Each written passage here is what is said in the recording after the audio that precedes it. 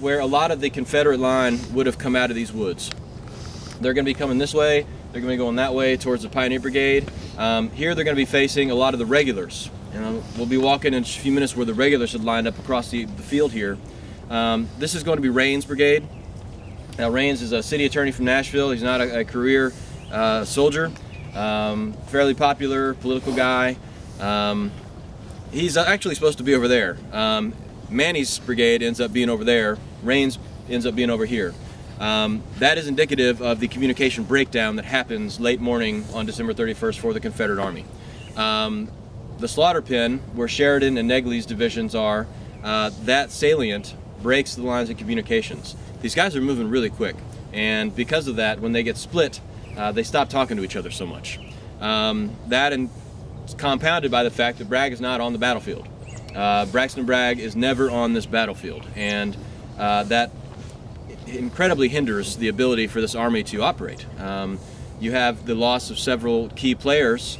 Chalmers is taken out of the equation almost immediately when he begins his assault over at Hazen Brigade, and no one tells Bragg for hours that Chalmers has been taken out. So if you look at battle maps, you see Chalmers advance, advance. No, Chalmers isn't there anymore. Retreat, retreat, retreat, and he's out. They stop the assault. They don't know what to do. Well, it's probably a good idea when your commanding officer goes down and you're not getting orders anymore. It's probably a good idea to stop. So they probably did the right thing. In this case, General Raines, proud on his big black beauty horse, rides out into this field, sword in hand. Let's give him hell, boys. And he's immediately shot through the chest and killed and falls off his horse. Caveat, as I like to do, the horse runs off into the Union lines, and a soldier actually recalls in his journal later seeing that same horse with a officer from the Union, and that officer gets shot off that horse. And he says in his journal, he says, as far as I know, that's the only horse during the war to have an officer for both the Union and the Confederacy shot off of it in the same day. Now, he may be embellishing that, I don't know, but he was pretty specific in his journal. If you haven't, by the way, on our website, it's a wonderful resource, regimental files, pretty much every scrap of paper that we've ever been given here by people like you, ancestors.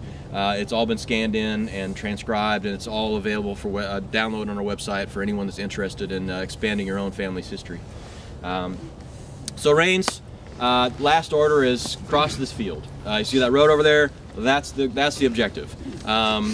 And it doesn't look very far. I mean, they have, the goal is in sight. They can almost touch it, you know, and so these men, proud, now they're going to do it for Raines, who just fell gallantly as he's leading them on. And these guys will run out into these fields. And for the next 4 hours, wave after wave of Confederate attack will be repelled quite handily, because on the other side of that road you have 38 cannons lined up all the way from Hazen all the way down to the Chicago Board of Trade Battery, and they're all aimed at this field. And at the time, you didn't have to cover this native grass. It was a cornfield that had been mowed down. You know, this was well after planting season, well after harvest season. It was basically just a blank field that was full of slop and mud. Even on a good day, it's going to be hard to cross, especially in the shoes that they were wearing, if you want to call them shoes. I don't know if y'all ever tried any of those on or not. You see our living history guys kind of